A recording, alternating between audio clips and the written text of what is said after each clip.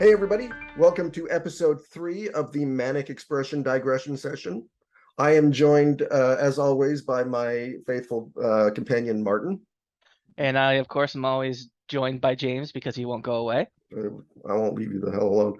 And we are, this month, joined by a very special guest. You all know him as the internet personality with the best hair, Mr. Decker Shado. Hello, World Wide Web. I'm Decker Shado, the internet personality with the best hair. Got your thing in, okay. All right, we got the plugs in. Yep. Everyone good? Anyone else have anything to plug? I got a new sofa back there. I'll plug that. I tried plugging my books last time and you yelled at me. So I did. Decker gets a pass because he's a guest. That's the guest privilege. Decker, you got one more plug. You want to use it now or wait till the end of the show? I should probably wait till the end of the show. Give me enough time to All right. So we were talking right before we started recording about the YouTube algorithm and how we all love it and appreciate it for the freedom that it gives us on this plateau. So Decker, let us all know, how the hell do you deal with it? It's I wouldn't say I really deal with it so much as I just kind of contend with this weight of, no matter what you like. The whole reason I got into doing YouTube was because I wanted to do something that I enjoy. And unfortunately, like, you have to live with the algorithm. It's there, it's reality. But it's just something where if you let that take everything over, like if you make all of your decisions to try and please the algorithm, then I'm no longer doing what I enjoy. So I do have to take it into consideration, but I'm not gonna sit there like, okay, I absolutely have to hit these marks. I can't do this. I must do that. I can work around it, but I'm not gonna uproot everything that I've done over the last 10 years just because YouTube doesn't seem to like me very much right now. When for all I know, next week the algorithm's gonna love me. It's a fickle mistress. I gotta ask because I haven't done shit online in like 10 years, pretty much when we were all doing when we had the website. How the hell do you even get attention nowadays? That is a very good question. Oh, like the TikTok algorithm people have figured out. Like, that one is an open book. People are like, okay, whatever is a popular song, a popular trend, just do that. Do what everyone else is doing and put it to the music that is currently rated the highest. There it is, 2 million views. YouTube is a lot tougher, and especially like that. I saw recently someone was saying, hey guys, very recently my channel, something happened with the algorithm. I'm no longer getting 90% unsubscribed views. I'm down to 50%. So I need you to like and share and subscribe and tell your friends. And I'm looking at that, I'm like, I've just barely fought my way back up to 25% from 5. They really were burying me for a while there. What are the topics that you cover? Because you were saying how, you do something to please the algorithm, and then you can do some stuff for yourself. What are the ones that you do that are like, okay, I'm falling behind here. Let's give the algorithm something. Oh, that is just like, it's just, for me, since I review movies, I tend to do more horror. I'll try and find something big and popular that people tend to be talking about. And I, of course, will try and find something that I also am interested in. I'm not just, like I said, I'm going to lean more toward trying to please the algorithm, but I'm not going to completely just upend everything I care about in pursuit of that. I don't care what the top grossing movie in the country is or in the world. I care about what's a very popular movie that I am still interested in, that I still feel like I have something to say about. Yeah, that's the thing that, sorry, I was telling you about the video that I did, which, I don't even know if you noticed, Martin, or not, but we had our first hit video on the Manic Expression channel. Oh my God, did we get 10 views? We got, we're closing in on 4,000. And sorry, hold the fuck on. No. Yep. No, I've never seen a video that you've done go past. I know. Like, triple digits. What do you mean 4,000? Who the fuck Well, is watching this? I don't know, because I was telling Decker, I was like, this one? This is the one that did well? Honestly, it's kind of like comedy. You make a whole bunch of jokes. Like when I was writing the script, I make a whole bunch of jokes, and it's people might chuckle at them, and then there's just this one offhanded one that I did like hungover one day, and everyone just loses their shit. And it's like that's the joke. That's the joke that gets y'all. Okay. And I was talking to Ichabod Todd about it, and he was like, he knows a lot of stuff about the algorithm because he's been working on YouTube for a long time, and he was like, well, you did a video about Batman. You're going to do well. And he was like, okay, here's some other topics that you can do that get the same kind of searches that Batman gets. And it's like shows I don't want to watch, movies I don't want to talk about, things where I'm like, I don't have anything to say about it. He's like, just watch Game of Thrones. I'm like, I watched 3 episodes of it like 10 years ago, and I didn't particularly like it. Do I have to watch all of Game of Thrones to make videos that specifically Game of Thrones, not House of the Dragon? It has to be Game of Thrones. And I'm looking, I'm like, what? That doesn't even make sense. Talking about Game of Thrones? What? I know. Why would anybody be talking about Game of Thrones if they're not talking about House of the Dragon? And it's like, you're right. If it's something that I have to do like that, and I don't want to, then it's, why don't I just go work at a fucking office or something? Why don't I just go, like, it's... You mean, why don't you be like me and... Yes. Yeah. Why don't I suffer? I worked at a goddamn office for 10 years. Sorry, 13 years until I was finally able to work from home. Thanks, buddy. You're welcome. All right. But did you have to talk about Game of Thrones? No. So I don't think you understand. I like Game of Thrones. House Stark all the way. But so you look for things then that you're like, all right, people are talking about this, I can talk about this too, but you're not going to bend to the algorithm then. No. One thing that I'm looking at right now, because it's something that it's not the biggest topic, but it's become bigger, and I'm kind of involved in it already, is Terrifier 2 is coming out soon, or maybe it's already out by the time this video goes out. Oh yeah, what the hell is that? I saw a poster for that at the movie theaters when I went to see how they run. It was completely random. Like, I know that AMC theaters will sometimes have like indie movies come in that you never would normally expect, but what the hell is Horrifying 1? The fuck is this? well, with Terrifier 2... Or Terrifier, sorry, it's even worse. Well, Terrifier 2 is actually the third movie. What the fuck? What do you mean it's the third movie? Damien Leone made All Hallows Eve, where it was introduced on the big screen, a small screen, independent. It was a little horror anthology movie, but all the stories had Art the Clown, which, as kind of the central focus, is absolutely psychotic, kind of just really messed up, kind of like, you got to really like horror to like art. Okay, is this sort of like VHS, or is it like what's that it was a weird one where everyone goes into like a theater and it's all horror shorts based around like sex and violence? All Hallows Eve in the movie, it was a VHS cassette that had all of the horror tales on it, and it all wrapped around in that way. But Terrifier was the Art the Clown movie. Even though All Hallows Eve already had Art the Clown in all the stories, and it was very much there, Terrifier was the Art the Clown movie. It was one story, full feature length, Art the Clown. Really messed up stuff. Okay. So Terrifier 2 is 2.5 hours. No. And it's not rated.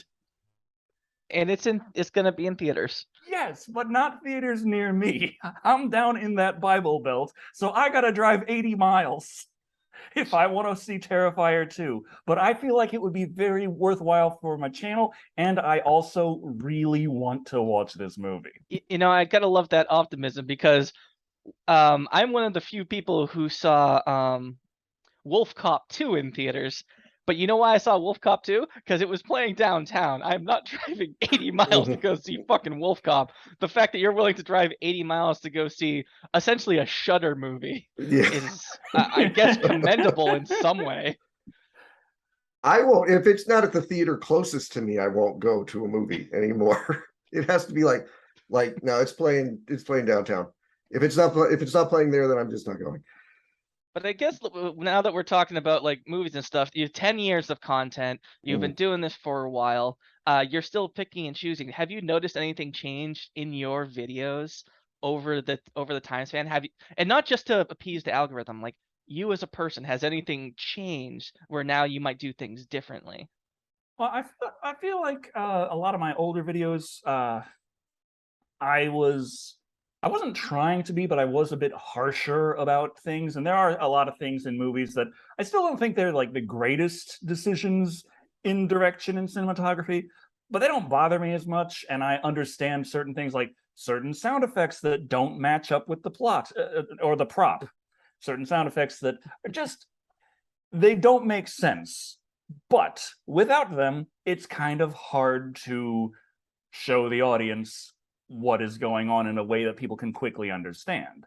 Like every time I had to do a skit and I had my phone and it had to ring, I needed something that sounded like, oh, that's a phone ringing, not who has "Would You Love a Monster Man" as their ringtone.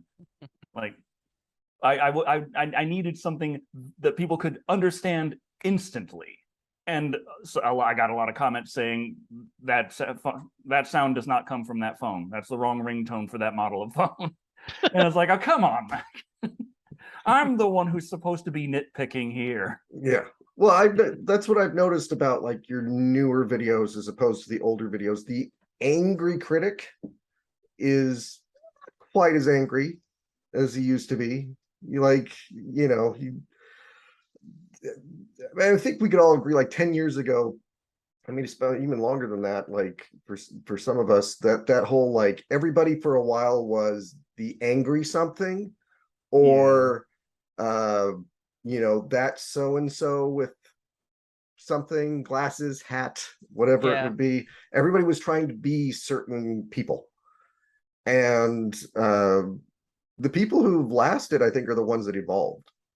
The ones that aren't just still doing trying to be the angry video game nerd, trying to be the nostalgia critic.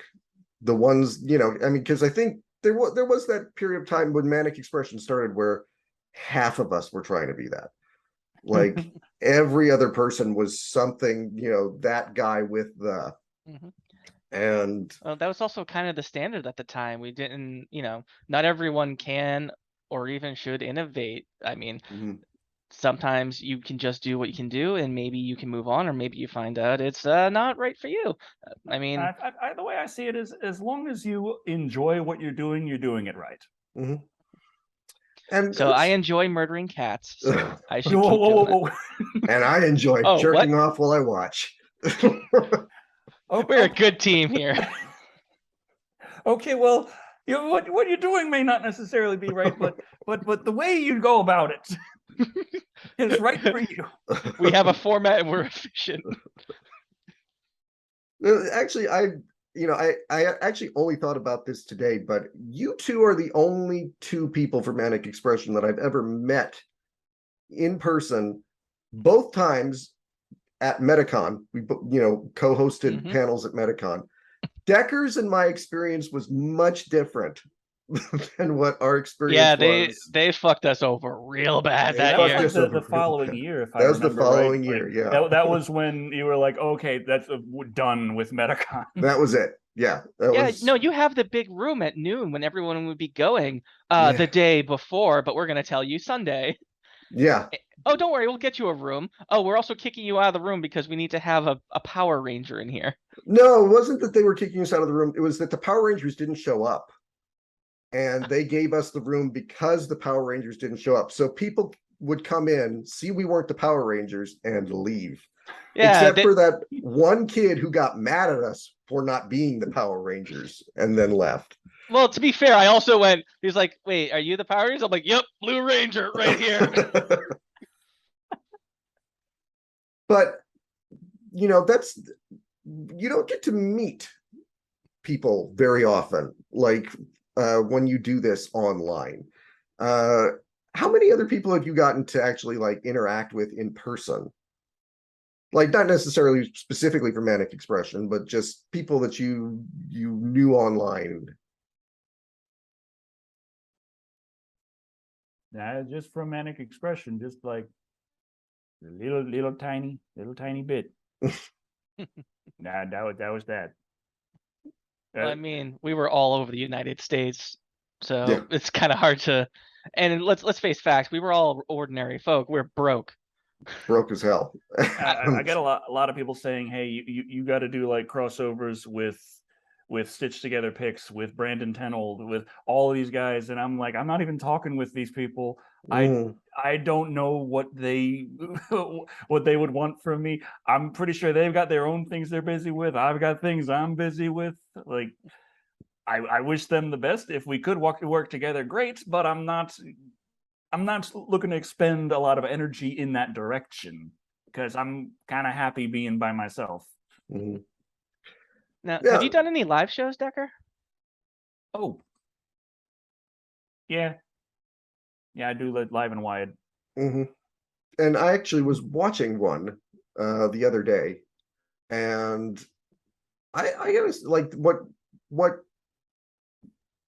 I think is kind of unique with you is you have a connection with your audience, and your audience has a connection with you that you don't see from a lot of YouTubers. Like they like you and they care about you. Like they're it's funny because you're doing you're doing this live stream, and you're talking about the fact that haven't you're behind on the script because you're having problems with depression.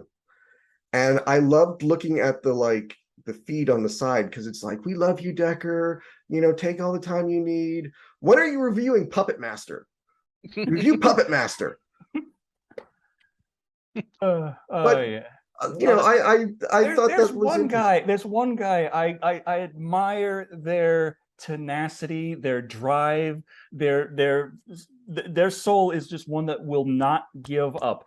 Ever since they decided that they did not like my review of the original Halloween, they have gone to every single video I have ever made and compared how I rated that movie to the original Halloween. That's some dedicated trolling. Yeah. The closest I came to someone, like I got into like a flame war on my own article for another website. I think it ended after I told them to die in a fire. So you are much better composed than I ever was. But having that interaction with your audience though, like what is that like to have like these people who you don't know, but they know you? It's humbling for one thing, and it's kind of hard to wrap my head around as well, because it's just there's like 185,000. I know that's not much by current day YouTube standards. We're at 1,000. That's still 1,000 itself. That's still a lot of people. Yeah. That really is. And like I was always just kind of like the quiet kid in the corner that no one wanted to interact with, let alone did. So it's kind of overwhelming at times, but also I want to, like, I know what it is to be the quiet kid in the corner that's just not being interacted with.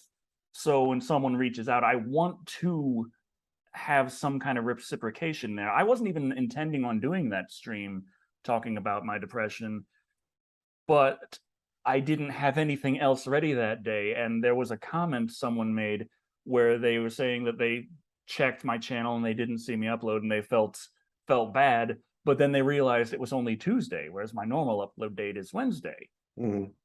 But I didn't have anything ready for Wednesday, so I was like, oh no. So because of that one message, and just I didn't want to have nothing for them, I went ahead and did the stream talking about how I was feeling. Yeah. And that's, like I said, that's to me a something that you do that not a lot of YouTubers otherwise do. They might talk about their feelings, but they're not also going to then turn around and review all the Leprechaun movies.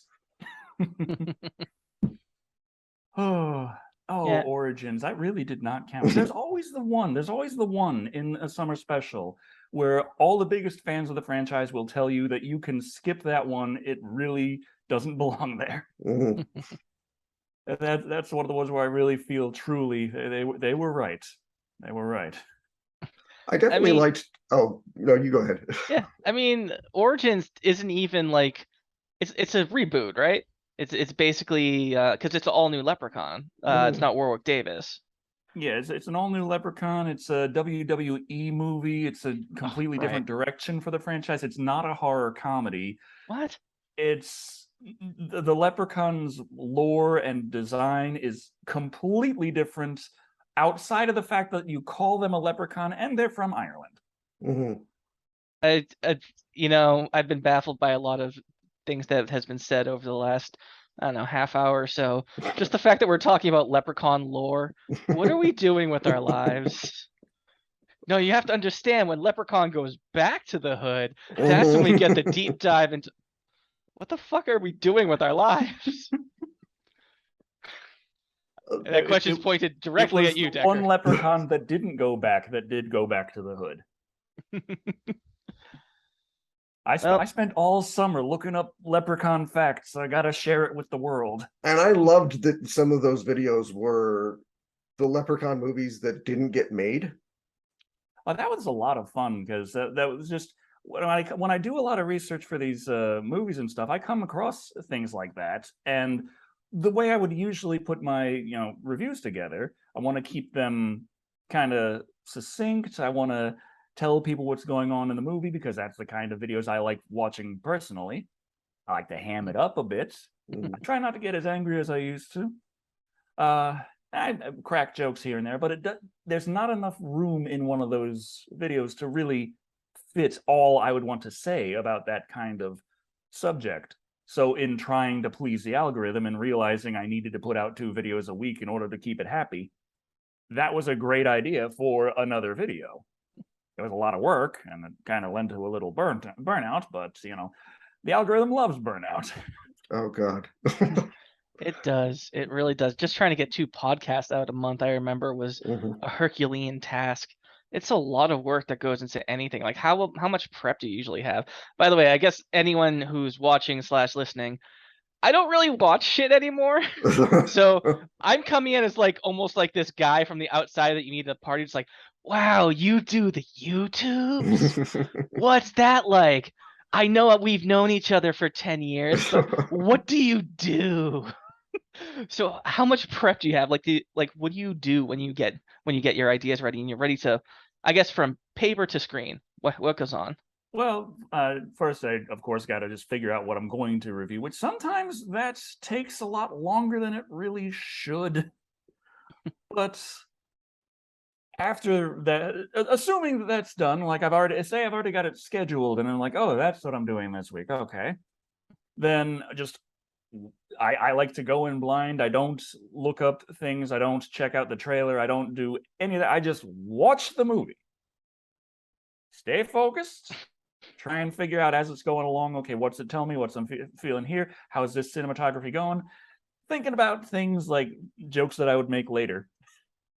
And then right after that's done, then I go into the research stage. After watching the movie and thinking about exactly like how would I rate that from 1 to 5, then I go into the research stage and I look into what went into making the movie because I feel like looking into how the movie was made and the circumstances of that is interesting, but it's not like it's not a good idea to use that as kind of an excuse for the quality of the movie. The quality of the movie is what it is, regardless of outside forces that can influence it, but that doesn't change what the quality of the movie itself represent. Words, language I speaking. And then movie quality is what quality has when movie. Indeed. So Star 5 is 1 and 7. Okay. Well, So with that, we're actually going to need to take a quick break because I'm going to eat a cat like an apple while James watches in the corner doing his thing. So with that, let's take a break. See you soon. See you soon.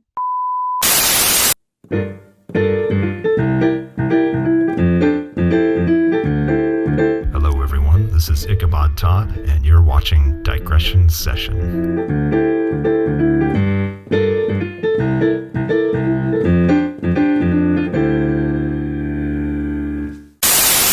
Oh man, Metallica was right having blood and semen on the cover of their album. It's delicious. Oh.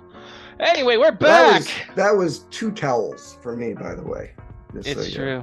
We need to get you like those really good ones from Bed Bath & Beyond. I know. I gotta invest. So anyway, Anyway, after watching the movie, then I do a bit of research, and then I like to get started on the script and double check, triple check the actresses' names, just to be nice and such. And there you go. Work on scripts, film, process video, edit video, process video again, upload video, process video again. Get hit with copyright claim, dispute claim. Which brought me to something I wanted to ask. Is the copyright claims. I mean, how often? How many times? I like to say like about every single video gets hit. There was a time when it wasn't as harsh and you could get away with 10-second clips, but then they made it so it's like if it was 5 seconds or sometimes 4 or 2 seconds, some of those get caught. And at that point, I'm like, well, that's already changing it so much that I can't bear to see a video edited that just choppy. It has to have some flow to it. So I personally keep to about 10 seconds, but that doesn't really do much to stop the claims. So I just got really good at fighting them. Okay. So when I got claimed, it was basically just a thing you fill out. Is that still how it goes? Is there any special tools that you have or any tricks up your sleeve? Well, I don't know if it's because I got all the way to 185,000 and now they are allowing me this powerful super weapon. But very recently, the last video I posted, I had to do a copyright claim on, and they allowed me to skip a whole bunch of steps this time.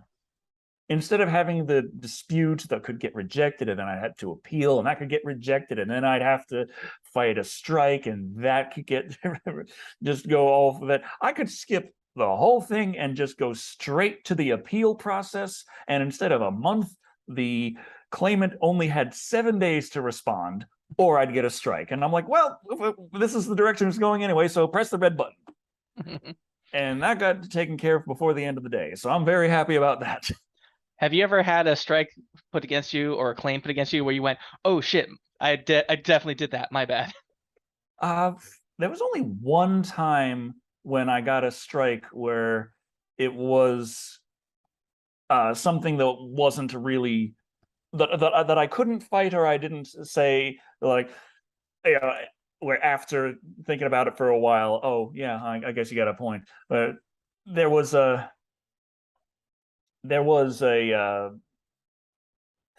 riff on a public domain movie. That's a thing that I was doing for a while. Now, I got a whole bunch of strikes for riffs on public domain movies. Most of them, the vast majority, were not warranted. They were things that were clearly in the public domain. I had a whole lot of paperwork showing how they got into the public domain. They're definitely in the public domain, but YouTube's system for dealing with this is so full of holes, it's very easily abused, and there are entire cottage industries that have built up based entirely on abusing YouTubers and committing fraud. So that's fun. You got to deal with that. But there was one time where I did a riff on a movie that I thought was in the public domain, and Warner Brothers let me know that was not the case. So that was a strike I got that I can say I did technically deserve. Yeah, that actually happened to me because every year we would do the Manic Expression one, and I would try to get a public domain movie, and it was normally it would always get claimed. It would be fine. We move on. But one year we did the thing, and I was 99% sure that I like wasn't. the original thing, like black and No, white. No, 1982. Oh, how did you make that mistake? Because I thought I was just uploading audio, but nope, I uploaded the video combined Oh. with the audio. Oh, okay. That's how you And- can make that mistake. And then they were like, "Whoa, dude, no!" And I was like, "Fair point, fair point. Yeah, that was a big mistake." And Just uploading sometimes the- it doesn't even, I put together a commercial for my novel Don Giovanni, which is coming out this month, by the way. I'm getting my plug-in. I get one too, God damn it. My eyes on you, James. And anyway, I thought, okay, I'm using just a sliver of the music from the opera in the commercial. But just to be safe, I'm going to upload it to my channel first, like on a private setting, just to see if I get a copyright strike on it. And I did, but it was like, all right, we're not going to let you monetize the video, but you can still go ahead and put it out. So I was like, all right, I guess I'll put it on the Manic Expression channel. Nothing, no problems, same exact video, nothing happened to it. And it's just like, I don't even know how the algorithm works or how the copyright strikes work. I don't think they know how they work half the time. It's just like, that there was that period of time where it was like, is YouTube going to get shut down because all the studios don't like people are trying to upload their movies and people are, and now it's like you said, this wasn't 10 seconds. This was, 10.2 seconds. So we're going to copyright strike you for this like clip that you used. And I don't even know how the goddamn thing works most of the time. I just get frustrated over the most pedantic things. Like I hear a YouTuber complaining saying, I got copyrighted. I'm like, that's poor grammar. That is not how it works. So I'm wondering, how does the movie review landscape even look nowadays? Just for a little bit of context, I've been watching a lot of what's it called, Siskel and Ebert old reviews. I have too. And do you get completely stoned out of your mind while watching them? Because that's my nights. No, but that sounds fun. Well then, James, maybe you have a little bit of catching up to do. But yeah, so anyway, inebriation aside, yeah, I've been watching them and it made me realize, we don't really have that many big, film critics anymore. We have plenty of them. Every newspaper still has them, and you'll see them on Rotten Tomatoes or whatever aggregate site you go to. But we don't really have trusted names anymore, at least not that I can see. Maybe I'm just missing something. Maybe the community became very niche. Then that's brought me back, since we were going to have you on. How does that look nowadays online? Like, can you compare what the film review landscape used to look like compared to what it is now? Well, I feel like there's an absolute army of film reviewing YouTubers out there, but at the top, there's maybe a dozen. Mhm. Personally, I feel like there's plenty of room for more, such as myself.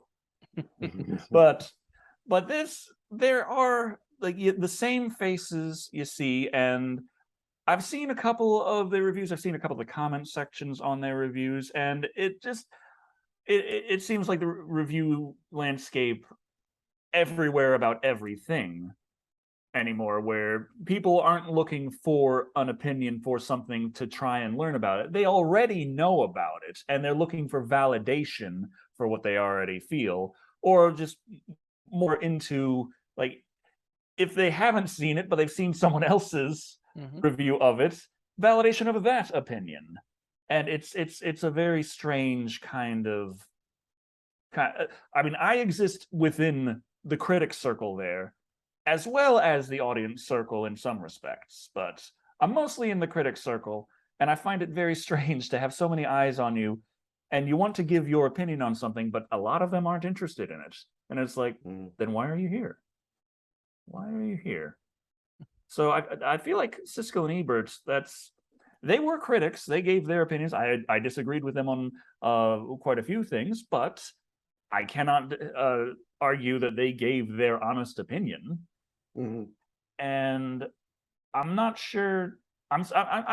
People are people. They probably did get looked at for validation of people's own opinions as well, but I'm not certain it was at the same degree thanks to the internet. No, you'd hear every now and then like Siskel would say like he'd give a bad review to something and people would be like, how could you give that movie a bad review? Or they'd like something and be like, that movie was shit, you made me go see it. But it was like they'd have to actually physically interact with those people, or maybe they'd get a letter or something. They wouldn't get hundreds of thousands of people in a comment section telling them they're wrong and telling them how stupid they are, go jump off a bridge.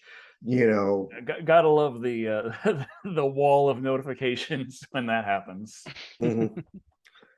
How do you deal with that then? Like what's the one that you did where everybody was like, you're a fucking moron for not liking this or for liking it? Well, there's plenty I can think of.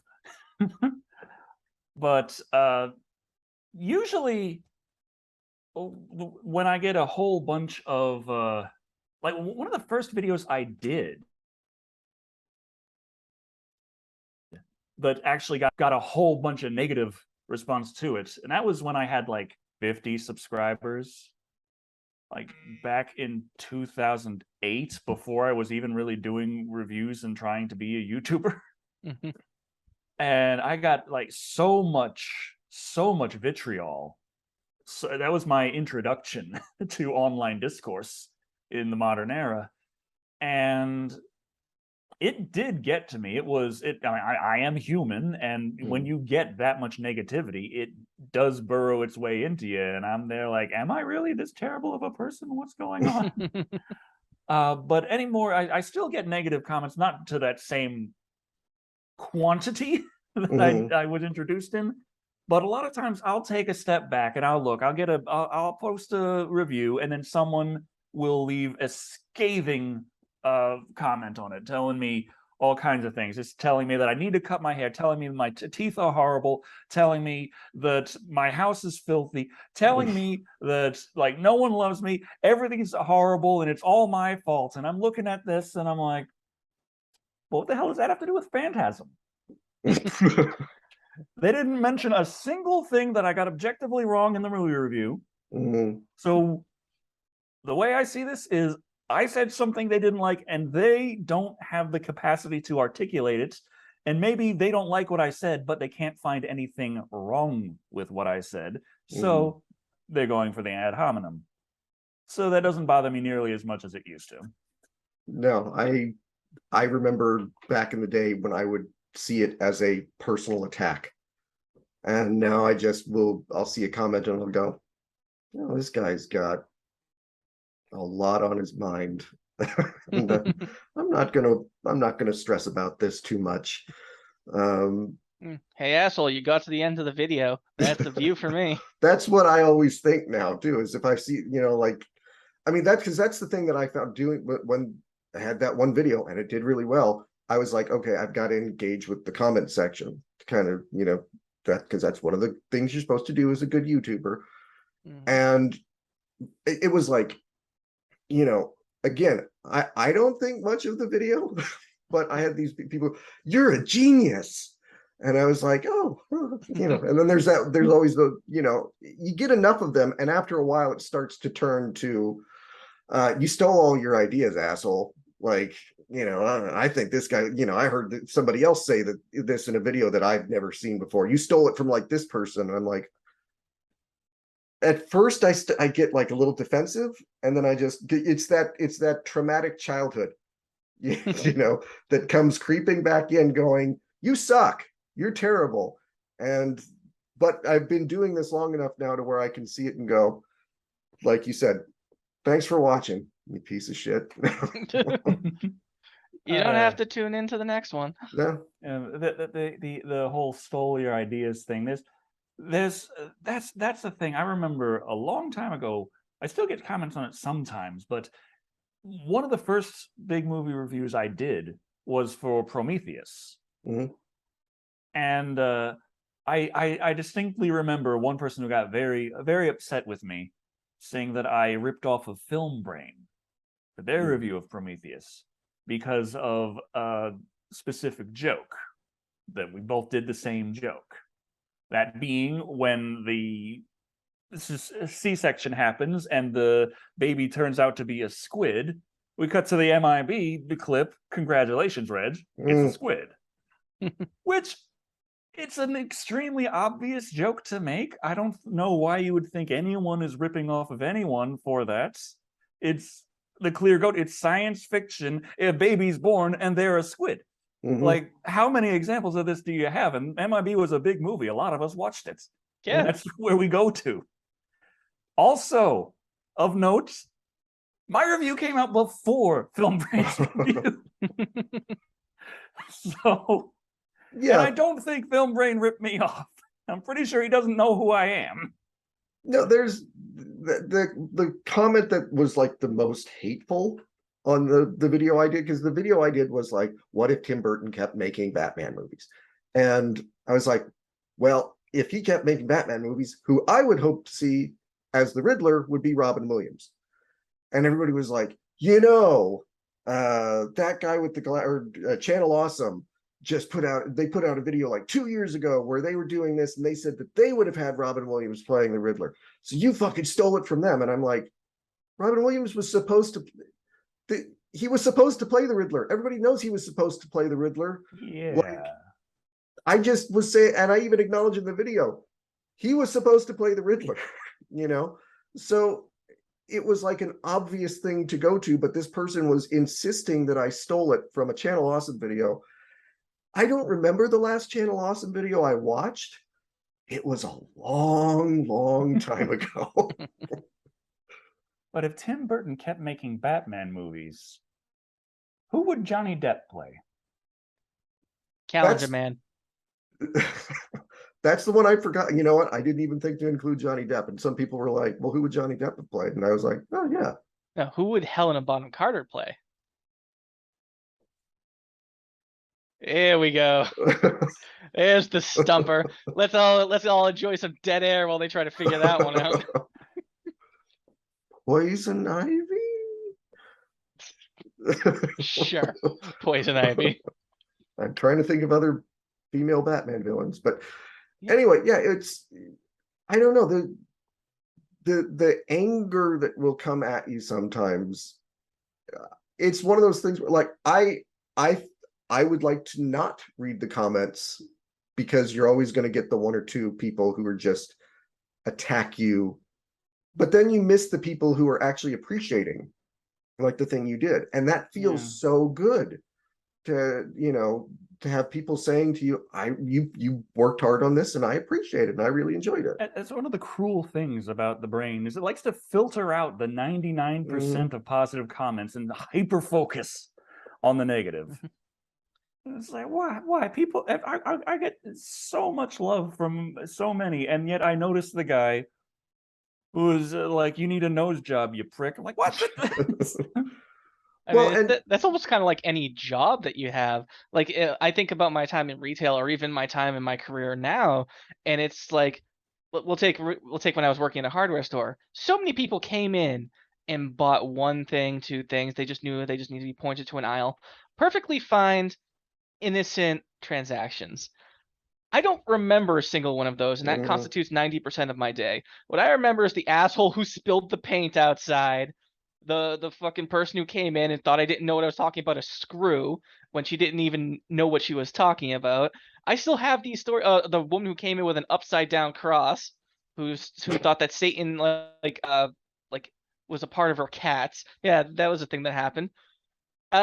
You can only, I think your brain just kind of filters that out because it becomes white noise in a way. It's positive white noise, but it becomes white noise. Survival instinct. You have to worry for the threats. And there might be something to that. While we're talking about trolls, you happen to fight some in an animated movie that I hear is being made. Is this another plug? Yes, it is. We've got an actor from the movie. We should talk about the movie. I guess. It's been a long time coming. Yeah.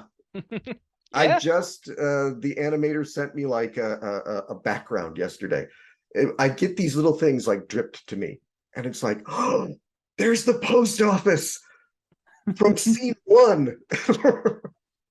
And yeah, but I mean, you were in that initial like video I made. I remember I sent it just to the cast that I wanted.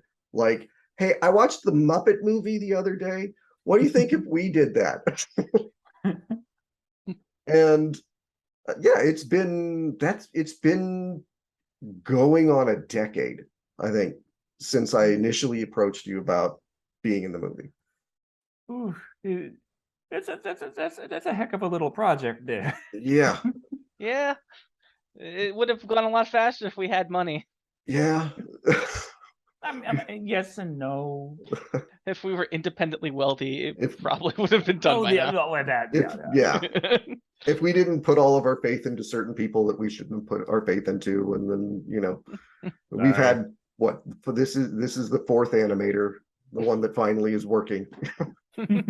Although to be fair, one of them died. So Yeah, they that's- did some very their stuff was impressive too. Yeah. Like, Yeah, it was very. I still have it. I still go back to it sometimes, and I take a look and think of what could have been. But what was it like to have somebody come to you and say, do you want, because at the time I don't think, yeah, at the time we weren't sure if it was going to be animated or live action, but to have somebody come to you and say, I want you to be in a movie that I'm making. Yes, well, what do you bring to the table? Not clout and prestige. No. Love it. Got spirit. And I still get people like that whenever somebody quotes a line from the movie, it's usually a Decker line. It's usually the one I oftentimes hear the one about abortion. I'm suddenly blanking on like when they're escaping from the trolls, it's like having an abortion performed with scissors by the French. Oh, no. The one that everybody quotes is when the trolls come into the bar and Decker says, they're not going to know who we are. So just sit here and pretend like you have AIDS so they won't want to touch us. That's the one that I've gotten quoted to be so many times. How high was I when I wrote that line? I don't know, but people like it. Oh, I'm thinking like, man, the internet's changed a lot in 10 years. Mhm. Yeah, there's a lot of things that might not hold up as well, but we're kind of committed. I'm gonna to get a personal call from Susan when this comes out. That's the funny thing. There are still lines in the movie that will have words in them that are words that you're not necessarily supposed to say now, but we always point out that it's the trolls that say them. It's the villains. But there was a point like a year or two ago when we were putting the audio together that I had a line where I said a certain word. It started with R, and I suddenly went, no, James can't say that. Like the trolls can say that. James can't say that.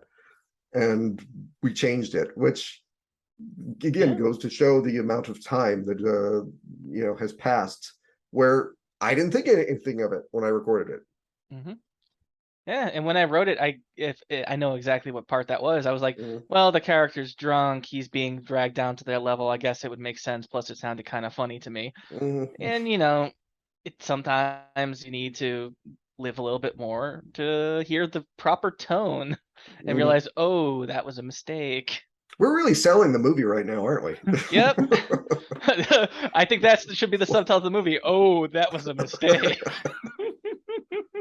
But I mean, you are, and this is what I like to tell people sometimes when I see the animation, because the animation of you is coming. Like it's literally being worked on right now. It is the scene that is being worked on is the first scene where Decker shows up and I make an impassioned speech for you to help us, and you just go, no. And but what is, like, I like to tell people I'm a cartoon character. Like, that excites me to be able to say, I'm a cartoon character. You haven't really, other than like sketches, you haven't gotten to experience that yet. But do you ever like think about like, oh shit, there's like a fucking animated movie and I'm in it? See, I don't know if it's like something wrong with my brain or what, but it's like the bigger I've gotten on YouTube, it's not that I feel like there was a time when you probably still do, you introduced me as a celebrity. And I cannot say you're objectively wrong. I just don't think it matters. It's funny because, you know, I've gotten to know a few people who started on Manic Expression who then like got bigger. And you're the only one who remembers us. Like the other ones, you know, I won't name names, but there is somebody who's become a pretty big YouTuber and, you know, produces his own movies at this point. Nice. And that are fairly successful. And he was a fairly big part of the channel at one point, and now message him and like nothing, radio silence. Like, you know, and I'm also aware like, okay, he probably gets like God knows how many messages a day from people, but you still have the Manic Expression bumper at the end of your videos, which kind of astonishes me. I've never really thought of Manic Expression as having been done or just the past. It's still ongoing, and I know the channel, the website hasn't been as active as it was in the past, and it was never really a huge site to begin with. No. But the thing about Manic Expression is it's not just the site, it's not just the size of it, especially, it's the message and just what it means to be a Manic Expressionist. The idea of being creative, sharing what you're making, helping the community, working together, and being overly positive about, not overly, like much more positive than negative, like not giving into the trolls, being able to just have open creativity of any kind, and looking at those just trying to ruin it for everyone and being like, no, we're not going to have that. Having an actual stance against that. Now let's talk more about the horribly offensive movie that we're making. Good segue, James. Great work. Round of applause, everyone.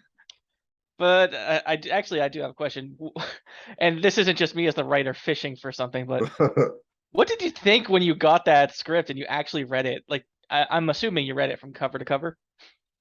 I was gonna skim like, okay, in this part I say hi. Okay, there we go. Get that, and what the are you doing on my PC? Well, that's what they want. I'm sure it'll make sense in context. Okay. There are a lot of out of context lines where you'd be like, what the fuck is happening? I had people read that at a party where it was we were playing a game where you get prompted and everyone has a book, and you look through and you find a line in the book and that answers the question, and people vote on the best answer.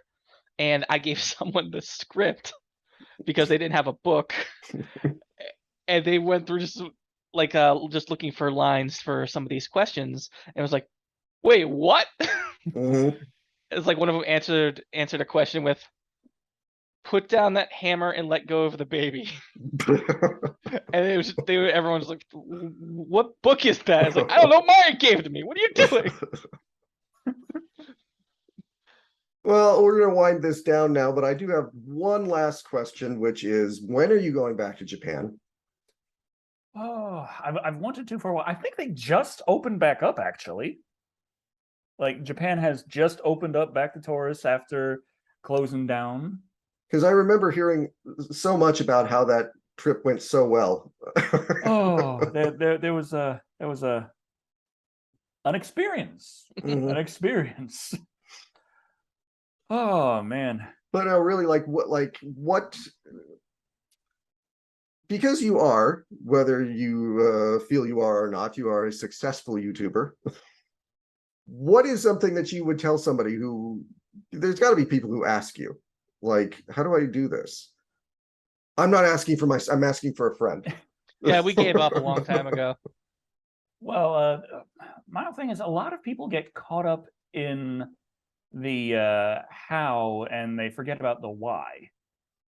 Where everyone wants to know, like, what's the best editing software to use? What's the best time frame to upload? What kind of stuff should I cover? What do you think I should talk about?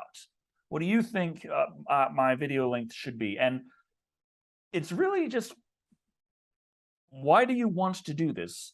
You have to be coming from a personal spot. No one is going to be able to connect with someone who is just a spokesperson for the algorithm.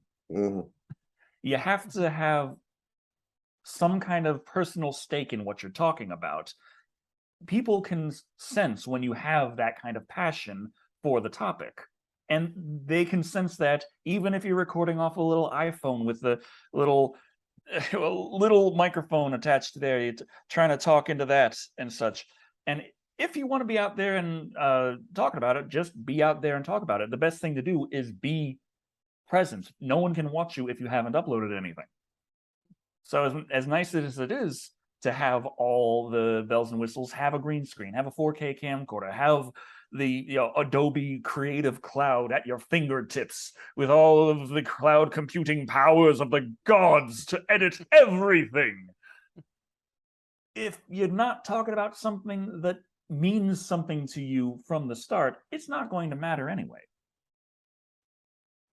Just use what you have to the best of your ability and speak from the heart. It sounds corny, but it's the truth. Well said. Thank you, Decker. And I guess now's the time, if you really want to, you can use your last plug. So I got this channel on YouTube, I guess. I watch movies sometimes, talk about them.